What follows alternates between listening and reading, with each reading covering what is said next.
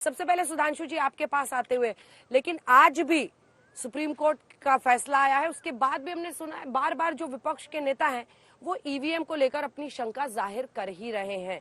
मैं अनुराग जी से इसके बाद प्रतिक्रिया लूंगी, लेकिन सबसे पहले मेरा आप ही से ये सवाल है कि क्या इतना आसान होगा, क्योंकि बेहतर तो हुआ है पहले फेज से, लेकिन अब ये असर समझना मुश्किल है कि ईवीएम में ज्यादा लोगों का भरोसा हो रहा है या प्रधानमंत्री के राजस्थान वाले भाषण में जब उन्होंने कांग्रेस मैनिफेस्टो को मुस्लिम लीग से लेकर हिंदुओं के मंगलसूत्र मुसलमानों को दे देने की बात कह दी, संपत्ति देने की बात कह दी, या सैम पिट्रोडा।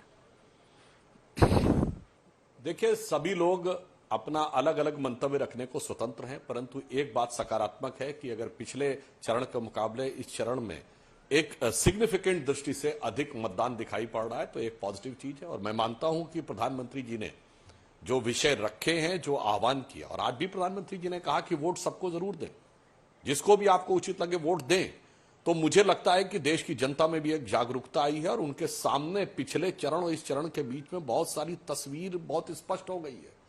देखिए, जो राहुल गांधी जी बोले थे ना कि हमारा मैनिफेस्टो जो है बहुत क्रांतिकारी कदम उठाएंगे, वो जो क्रांति की बात कर रहे थे, तो सैम पित्रोदा जी ने वो सारी भ्रांति दूर कर दी है उस क्रांति को लेकर, और कांग्रेस के खेमे में बहुत अशांति नजर आ रही है। मुझे लगता है उस कारण से भी जनता के मन में एक स्पष्टता आई होगी कि उन्हें क्या करना है, ऐसा हमारा मानना है। अब मैं एक टेक्निकल बात भी कहना चाहूंगा कि चूंकि आज ईवीएम के बारे में जजमेंट दिया, तो देखिए, ईवीएम के संदर्भ में चुनाव आयोग ने एक समय में बाकायदा सबको आमंत्रित किया, उसको हैकाथन आयोजित किया और कहा जो भी आना चाहे, राजनीतिक दल नहीं, कोई भी व्यक्ति आना चाहे वो आकर ईवीएम को हैक करके दिखा दे। अब वहां तो जाना नहीं और उसके बाद बाहर आके चिल्लाना, तो ये कुछ कुछ वैसा हो गया कि किसी भी छात्र से कहा जाए कि परीक्षा भवन में आइए और प्रश्न पत्र दीजिए और सेलेक्ट हो जाइए। नहीं जी, मैं तो परीक्षा भवन में जाऊंगा नहीं, बाद में कहूंगा नहीं नहीं नहीं, वो मैंने तो सब कुछ अच्छा किया था और मुझे तो पास घोषित कर देना चाहिए था। इस प्रकार की बात करना सर्वथा अनुचित है।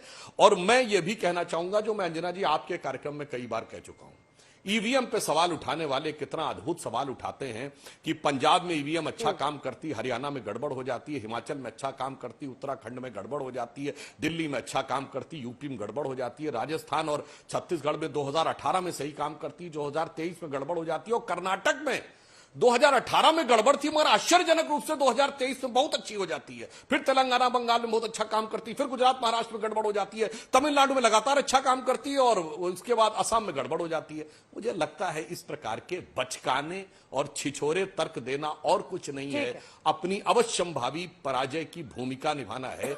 ये बात साफ दर्शाता है कि उनको अंदाजा लग गया कि अब हार होनी है, तो हार की पेशबंदी कैसे की जाए वो शायद उन्होंने करना शुरू किया था, और आज सर्वोच्च न्यायालय ने उस सारी बातों पर विराम लगा दिया। अनुराग जी देखिए, ये मुद्दा बहुत गंभीर है। देखिए, ये राजनीतिक तूतू महमे से ऊपर है। आप लोग रामलीला मैदान में रैली करते हैं, पीछे लिखते हैं, सवाल तो सुनिए, लोकतंत्र बचाओ रैली है।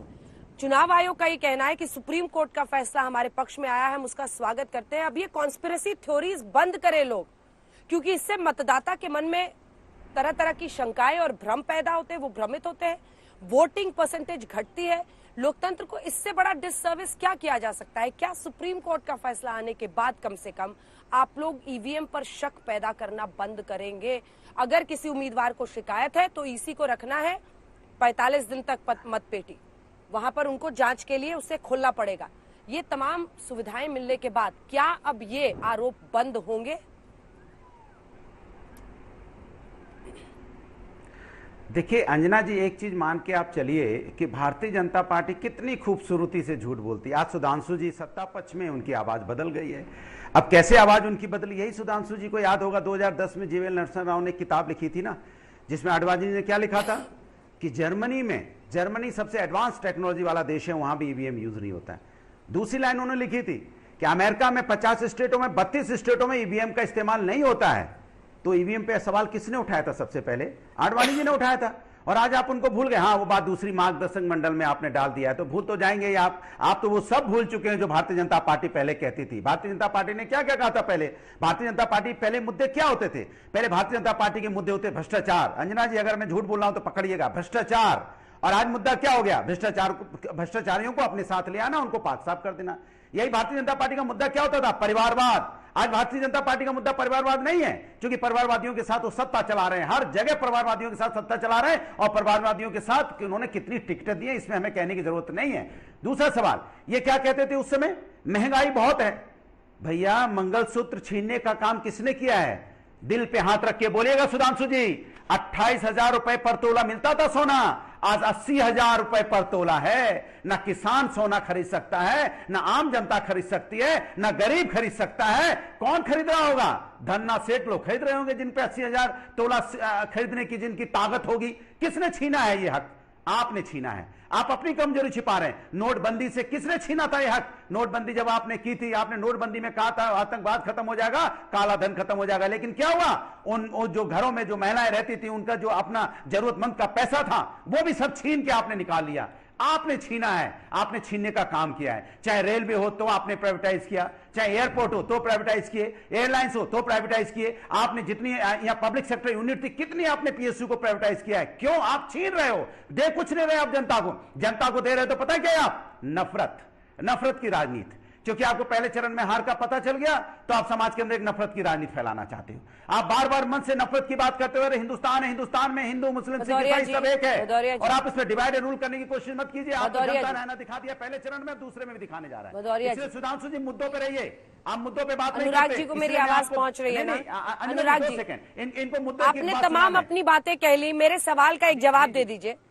3 मिनट बोलने के बाद तो एक जवाब बनता है ना। 3 मिनट तो आपने बोल लिया जो आपने पहले से सोचा था, अब तो जवाब दे दीजिए। क्या इसके बाद कॉन्स्पिरेसी थ्योरीज बंद होंगी विपक्ष की तरफ से? क्योंकि सुप्रीम कोर्ट ने एड्रेस कर दिया है। इसके बाद क्या वोटर्स को ईवीएम के नाम पर भ्रमित करने की जो रणनीति है वो बंद नहीं होनी चाहिए? एक जवाब दे दीजिए सर। देखिए, हमने आपको पहले बोला है, हम भारतीय जनता पार्टी की तरह नहीं है। हम लोग सर्वोच्च न्यायालय के आदेश का सम्मान करते हैं। ये तो नहीं करते ना, ये तो ऑर्डिनेंस ले आते हैं। आपको याद होगा दिल्ली सरकार में जब सुप्रीम कोर्ट आदेश दिया था ट्रांसफर पोस्टिंग अब दिल्ली सरकार की होगी, तो तुरंत ऑर्डिनेंस ले आए थे। ये हम इनकी तरह नहीं है, और ना हम सत्ता का भी दुरुपयोग किया कभी। भारतीय जनता पार्टी ने सत्ता का भी दुरुपयोग किया। हम लोग संविधान न्यायपालिका को मानने वाले लोग हैं। ये तो संविधान बदलने की बात करने वाले लोग हैं। ये तो वोट इस बात को मांग रहे हैं कि संविधान बदलना है। दो नहीं, तीन नहीं नेता घूम घूम के वोट मांग रहे हैं कि संविधान बदलना है। बस संक्षेप में सुधांशु जी, ये लोगों ने तो अनुराग जी कह रहे हैं कि अब वो ईवीएम पे सवाल नहीं खड़ा करेंगे। अनुराग जी कह रहे हैं। अब मैं इनको देखिए अनुराग भदौरिया जी फ्रंटियर मेल की तरह बोल देते हैं और कितनी छिचोरी बचकानी बातें करने लगते हैं। भाई, गोल्ड प्राइसेस कोई भारत सरकार तय करती है, इंटरनेशनल मार्केट तय होता है। दूसरी बात, मार भड़बड़ बोलते बोलते ये बोल गए कि हमने एयरपोर्ट प्राइवेटाइज किए। ये बताइए, दिल्ली और मुंबई के एयरपोर्ट जीवीके और जीएमआर को हमारे जमाने में दिए गए, कहते हमने एयरलाइंस प्राइवेटाइज की। बताइए भैया, ये 1990 के दशक में सहारा एयरलाइंस नहीं सुने थे, दमानिया एयरलाइंस नहीं सुने थे, जेट एयरवेज किसके जमाने में आई? हमारे जमाने में, कांग्रेस के जमाने में। आज कुछ बोल देते हो यार, मतलब आते अपना बटन दबा देते, जो पहले सुना था बोलने लगते। बस मैंने ये 3 बातें एक्सपोज कर दी, उसके बाद दर्शकों को साफ समझ में आ जाता है कौन कितनी गंभीरता से बोलता है और कौन आके बटन दबा के टेप चालू कर देता है।